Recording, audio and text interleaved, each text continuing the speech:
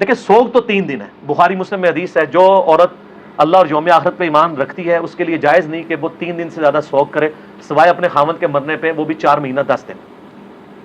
غم حسین الگ چیز ہے، غم حسین تو سنت ہے، اس کی مثال صحیح بخاری سے لیں، حمزہ ابن عبد المطلب کو قتل کس نے کیا تھا؟ واشی نے۔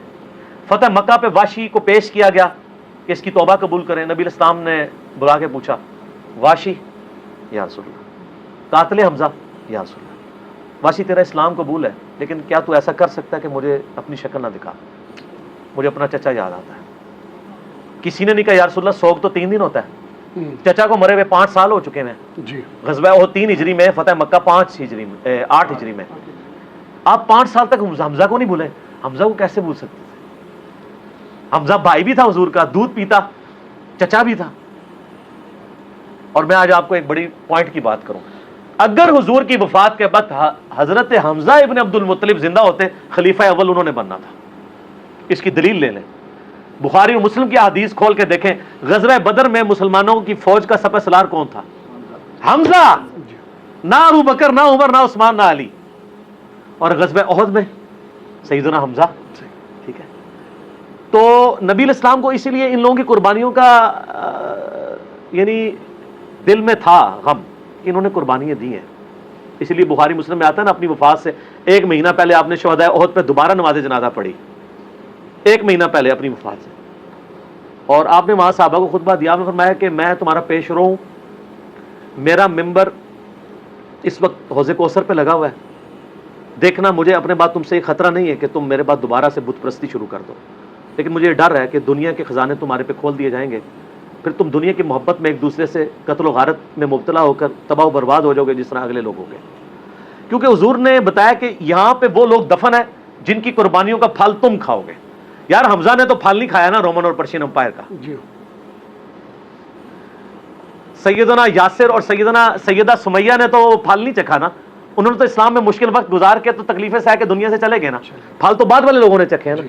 تو حضور نے اس لیے قبرستان میں خطبہ دیا تھا، دیکھنا کہ میرے بعد ایسے معاملات ہو جائیں گے۔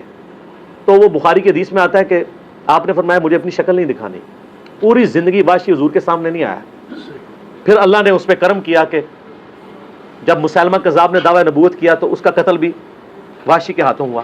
تو وہ کہا کرتے تھے کہ میں نے اسلام کے بہترین شخص کو قتل کیا، بہت بڑا جرم تھا، اللہ نے کمپنسیشن میری کر دی کہ میں نے اسلام کے بدترین دشمن کو بھی میں نے قتل کیا، مسلمہ کذاب کو، جس نے جھوٹے دعوی نبوت کیا تھا۔ نبی علیہ السلام حریص علیکم بالمؤمنین رؤوف الرحیم ہے، اس کے باوجود کہہ رہے ہیں واشی مجھے شکل نہیں دکھانی۔ اچھا مجھے بتائیں، انسان کو اپنے چچا سے زیادہ محبت ہوتی ہے اپنی اولاد سے؟ چچا کے قاتلوں کی شکل حضور دیکھنا نہ چاہیں، اور حضور کی اولاد کو جنہوں نے قتل کیا ہے ان کے آپ قصیدے پڑھتے ہیں؟ ان کے ساتھ تو وہی ہونا ہے، سحقن سحقن لمن غیر بعدی، بخاری مسلم میں، دور کرو انہوں نے میرے بعد میرے دین کو بدلا۔ یہ تو حوض کوثر پہ جا کے پتہ چلے گا۔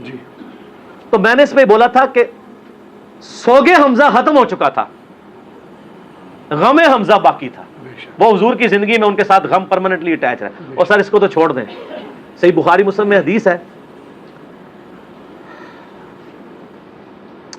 سیدہ عائشہ کہتی ہیں کہ میں حضور کی بیویوں میں سب سے زیادہ جس سے رشک حسد کرتی تھی نا وہ خدیجہ تھی۔ حضور علیہ السلام جب بھی کوئی بکری بھی ذبح کرتے تو حضرت خدیجہ کی سہیلیوں کو بھجوایا کرتے تھے ان کی وفات کے بعد۔ تو میں کہا کرتی تھی یا رسول اللہ جیسی خدیجہ جیسی کوئی عورت ہی نہیں ہے۔ آپ فرمایا اس نے میرا اس وقت ساتھ دیا جب میرے ساتھ کوئی نہیں تھا، اپنے مال کے ذریعے، اپنی قربانیوں کے ذریعے۔ تو سر غم تو کبھی نہیں ختم ہو سکتا، آپ غم حسین کو ختم کرنا چاہتے ہیں، کر کے بتائیں۔ جناب 900 سال تک ممبر آپ کے قبضے میں رہے ہیں، تینوں براعظم آپ کے قبضے میں رہے ہیں، لیکن آپ آل امیہ اور آل عباس کی بدماشیوں کو چھپا نہیں سکے۔ آج ہر طرف حسین حسین ہی ہے الحمدللہ، اور دن بہ دن بڑھ رہی ہے۔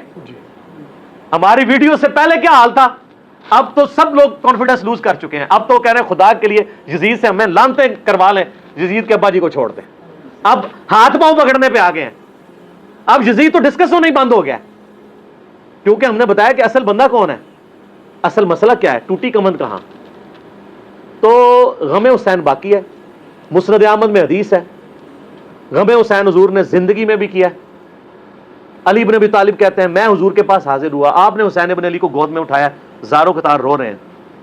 میں نے کہا یا رسول اللہ میرے ماں باپ آپ پہ قربان, یہ آپ کی حالت کس نے کی ہے؟ اور یہ حدیث سٹارٹ کہاں سے ہوتی ہے؟ مولا علی جو ہیں وہ جنگ نہروان کے لیے جا رہے ہوتے ہیں, نینوا نامی جگہ پہ, صحیح حدیث ہے مسند احمد کی. تو آپ نا وہاں کہتے ہیں اسبر یا ابا عبداللہ, اے ابو عبداللہ صبر کرنا. تو ساتھی پوچھتا ہے کہ حضرت علی آپ کس سے باتیں کر رہے ہیں؟ تو حضرت علی حضرت حسین سے باتیں کر رہے ہوتے ہیں, حالانکہ حسین ساتھ نہیں تھے, لیکن ایک نعرے کے طور پہ کہ میرے بچے صبر کرنا. تو انہوں نے کہا کہ مجھے یہاں پہ حضور کی ایک حدیث یاد آئی ہے, کیونکہ اسی جگہ کے بارے میں نبی علیہ السلام نے مجھے بتایا تھا. ایک دن میں آپ کے گھر داخل ہوا, حسین بن علی کو گود میں اٹھایا, میں چھوٹا سا بچہ ہے 3-4 سال کا, آپ رو رہے ہیں. میں نے پوچھا یا رسول اللہ آپ کو کس نے غمگین کیا؟ تو فرمایا ابھی جبرائیل علیہ السلام میرے پاس آئے تھے, انہوں نے مجھے بتایا کہ آپ کی امت حسین کو قتل کر دے گی فرات کے کنارے, اور میری خواہش پہ جبرائیل نے یوں ہاتھ مار کے مجھے کربلا کی سرخ مٹی بھی دکھائی, جس کی وجہ سے میں غمزدہ ہو گیا اور میرے آنسو نکلے. ابھی واقعہ ہوا نہیں ہے, واقعہ ہونا ہے 50 سال بعد. غم حسین پہلے ہے. اور واقعے کے وقت کیا ہوا ہے وہ بھی مسند احمد میں متواتر حدیث ہے. ابن عباس کے 8 شاگردوں نے یہ روایت کی ہے. شیخ البانی, شیخ زبیلی صحیح دونوں نے صحیح کہا ہے, اہل حدیث بھی صحیح مانتے ہیں. اور یہ وہ حدیث ہے جس کی وجہ سے میں نے یہ فکر حسین اور غدیر خم کے اوپر آواز بلند کی. وہ حدیث کیا ہے؟ مسند احمد میں ہی ہے. عبداللہ ابن عباس کہتے ہیں کہ ایک دوپہر میں نے خواب دیکھا کہ نبی علیہ السلام پرانگدہ حالت, بال بکھرے ہوئے اور کپڑے بھی آپ کے گرد آلود ہیں, جیسے مشقت کے آثار ہیں. آپ کے ہاتھ میں خون کی ایک شیشی ہے. تو میں نے کہا یا رسول اللہ میرے ماں باپ آپ پہ قربان, آپ کی کیا حالت ہے؟ تو آپ نے فرمایا کہ میں صبح سے حسین اور اس کے ساتھیوں کا خون جمع کر رہا ہوں. یہ ایک تمثیل آپ علیہ السلام کو دکھائی گئی. یہ نہیں تھا کہ آپ وہاں فزیکلی موجود تھے, ایک تمثیلاً دکھایا.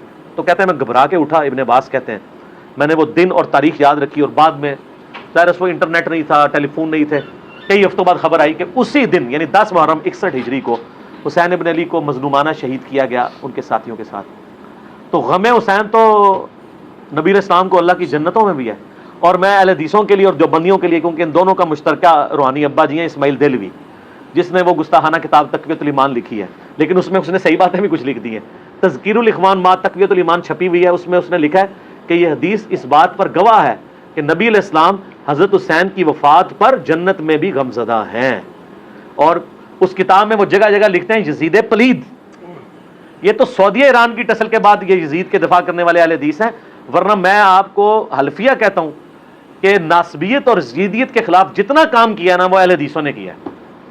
نواب صدیق حسن بھوپالوی ہوں, علامہ وحید الزمان ہوں, اس سے پہلے بھی آپ چلے جائیں, بڑے بڑے محدثین ہیں. ابن جوزی نے پوری کتاب لکھی الرد علی المعتصب العنید المانع من ذم یزید, یہ اس سرکش کا رد ہے جو یزید کی مذمت کرنے کو برا سمجھتا ہے. ابن جوزی 597 ہجری میں فوت ہوئے ہیں, ابن تیمیہ سے بھی پہلے ہیں. ابن تیمیہ اور ابن کثیر نے اس کتاب کی تعریف کی ہے, ابن جوزی کی کتاب کی. اس کا اردو میں ترجمہ ایک دیوبندی عالم نے کیا ہے, وہ شاہ نفیس اکیڈمی لاہور سے شائع ہوئی ہے. اس کا PDF ہماری ویب سائٹ کے اوپر رکھا ہے ahlsunnatpar.com پہ, آپ ڈاؤن لوڈ کریں. بڑی ڈیٹیل کے ساتھ انہوں نے اس مقدمے کو کلیئر کیا. الحمدللہ. مودودی صاحب نے جو کچھ لکھا ہے وہ سب کچھ احادیث کی روشنی میں لکھا ہے, اور میں نے اس کے دفاع کے اوپر ایک پورا ریسرچ پیپر بھی لکھ دیا جناب. یہ واقعہ کربلا کا حقیقی پس منظر 72 صحیح الاسناد احادیث کی روشنی میں. 72 کا ٹائٹل میں نے شہدائے کربلا کی نسبت سے لیا ہے, ورنہ احادیث میں 200 سے زیادہ ہیں. اکثر احادیث بخاری اور مسلم سے ہیں. پورا سنیت کا مقدمہ پیش کیا ہے حضرت عمر کی شہادت سے لے کر شہادت حسین علیہ السلام تک, اور اس میں اکثر احادیث بخاری مسلم سے ہیں. اور مین بڑے بڑے ٹاپکس کور کیے ہیں کہ خلفائے راشدین کون ہیں, اس کے بعد پھر حضرت عثمان کی شہادت کے جعلی اسباب نہیں اصلی اسباب کیا تھے, جنگ جمل صفین نہروان, اس کے بعد حضرت معاویہ کا دور ملوکیت, پھر صلح حسن والا معاملہ بھی, اور یزید کی ولی عہدی, اور الٹیمیٹلی حسین ابن علی کی مظلومانہ شہادت. یہ سب ٹاپکس میں نے کور کیے ہیں. اس کو آپ سافٹ کاپی ہماری ویب سائٹ ahlsunnatpar.com سے ڈاؤن لوڈ کر سکتے ہیں فریلی, اور ڈاک میں بھی آپ فری کاپی. یہ ریسرچ پیپر اور اس کے علاوہ 8 ریسرچ پیپر اور ہیں, 9 ٹوٹل, اور 3 اذکار کارڈ ہیں. صبح شام کے سنت اذکار, فرض نماز کے بعد کے سنت اذکار, اور جادو ٹونا وبائی امراض اور قدرتی حادثات سے بچنے کے سنت اذکار. یہ آپ 12 کا پیکج فری ہم بیچتے ہیں اللہ کے فضل سے. صبح 9 سے لے کر مغرب تک ہمارا فون نمبر کھلا ہوتا ہے اکیڈمی کا, +92 321 5900 162 نمبر ہے. پاکستان میں کریں گے تو 032159000162